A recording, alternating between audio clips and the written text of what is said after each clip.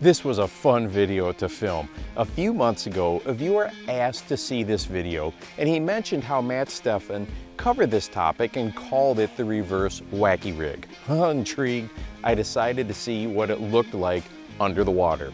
Now essentially, it is a free rig with a tiny hook to reduce the weight and an Elastec plastic. This one is a Strike King Super Finesse worm. And while we could use lots of different Elastec body styles, you'll see why this worm lends itself towards the reverse wacky rig name. Once the lure hits the bottom, lower the rod tip to give the rig a little bit of slack.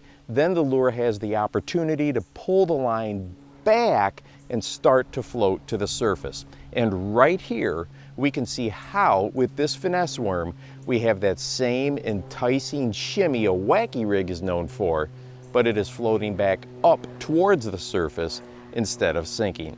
The actual amount of distance the lure will float back up depends a lot on how the weight lands on the bottom. The line has to be able to feed back through.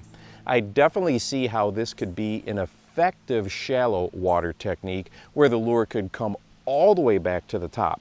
But I think the opportunities for a deeper water bite are good as well. Like I said, it's a free rig with a lure choice that lets it shimmy like a wacky. Almost all the time, the bass we are fishing for see lures that are sinking. This creates an interesting opportunity with this rig to present them with something different. And I can't stress enough how important using a smaller hook is. Some of the larger hooks we might use on a traditional free rig bait would add enough weight that this Elastec worm would not float back up. I am really interested to hear from any of you that have used this reverse wacky rig much and what your experiences have been. I find your input valuable, and I know a lot of the other viewers here do as well. They appreciate reading about what has or has not worked for you. We've got a great community here.